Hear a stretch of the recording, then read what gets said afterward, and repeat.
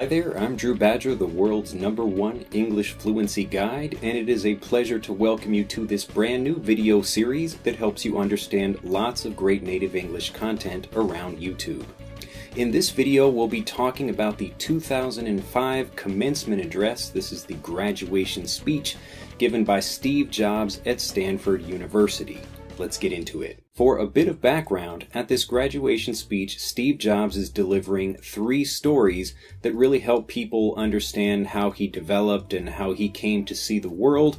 And so he really, as most people do at graduation speeches, really want to impress upon all of the graduates that they should maybe think about the world in a different way and not waste their time. So the overall themes of his message is you really don't want to, listen to other people. If you think you have a right idea about how to do something, you should listen to your heart. Don't waste your time and find your own path. So listen to what's important for you and do that thing. In this video, though, we want to focus specifically on 6 phrasal verbs that he uses. And a phrasal verb is just a more kind of basic way of explaining a more difficult regular verb. Maybe something that would be like to dismount a horse would be to get off of a horse. So we're trying to take something complicated and express it in a casual way. So even though a commencement address might be a serious kind of thing for people, really we're still using casual and everyday language to express ourselves. So let's get into these 6 phrasal verbs that Steve Jobs uses. The first 2 are connected. One is to drop out and the other is to drop in. Now, if you think about going to school, you can leave school, you can exit school. These are regular verbs you can use, but in a casual conversational way, you can talk about dropping out of school. So think about dropping, but you're falling out of that thing. So instead of being in school, you're dropping out of it. It's always important to think about the visual foundation of a phrasal verb, so the visual idea of falling, but falling out of something, to drop out of something. So if you're going to school and you decide, no, I don't want to go anymore, like Steve Jobs did, then you are dropping out of school. Now he also uses, in addition to drop out, he uses drop in as well. To drop into something means you're going into something or you're entering something in an unexpected way. So he's talking about after he drops out of school, he's dropping in again, going to other classes that he feels like going to instead of going to the classes that he has to go to. So if you drop in on a friend or you drop in on a class, it just means you're going into that thing in an unexpected way. To drop out and then to drop in. Next, we've got to fall out. To fall out.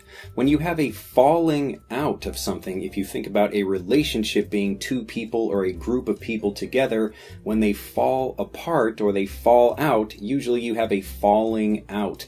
And when you talk about having a bad relationship with someone.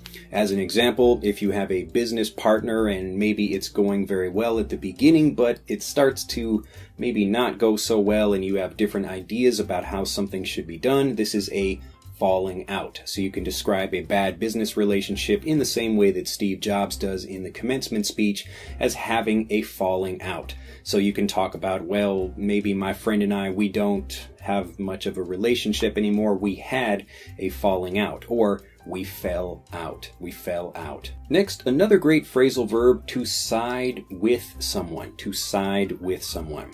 If you are thinking about having an argument or there's a fight or a competition between 2 people or 2 groups, there are 2 different sides. So usually in an argument, one person says this thing and the other person says the opposite or whatever that is. And if you choose one of the sides, then you are siding with that person or siding with that team or something like that. So maybe my mom says one thing, but my dad says something else, and I decide to side with my mom. So it means I support her and I support her argument or whatever as opposed to my father's. So I'm siding with her on this particular thing. In a company situation, maybe you would side with a particular board member or a particular group that has an idea that they want to pursue. To side with someone or to side with something. Next, to let someone down. The phrasal verb to let down, if you think about someone that's being held up, this is the opposite phrasal verb, to hold someone up. When you let someone down, it means you're disappointing them. So just like regular phrasal verbs, we have a longer, more complex word like disappoint, but we're using to let someone down. So it means if you're making someone feel bad, they're disappointed in you because you did something wrong, or, whatever you happen to have done. Let's say in my case, I was living at home and I maybe stole a car or something, and my parents were very upset at me. They can say, Drew, you let us down. You disappointed us. You let us down. And the last phrasal verb is to screw up something. Whenever you make a mistake or there's something wrong that happens, you can talk about screwing up the situation. So I went to make an airplane reservation or something, and then I went to the airport and then I screwed up. I picked the wrong day for my flight.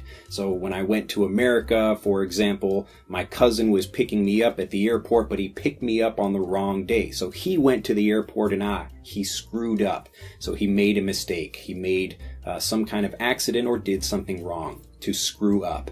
So when Steve Jobs is talking about, well, maybe I screwed up my life or screwed up my company, this is again a regular conversational way of saying that you made a mistake. To screw up. Well, that's it for this video lesson. I really look forward to hearing your comments below. Try posting a comment below this video and using one of the phrasal verbs you've learned, and then go watch the phrasal verbs in action with the link that I give you in this video. Do click that like button if you have enjoyed this video, become a subscriber to the EnglishAnyone.com YouTube channel, and do share this video with other people who are also struggling to understand and enjoy conversational English. I look forward to seeing you in the next video. Bye-bye. And now it's time to see these phrasal verbs in action in the actual video.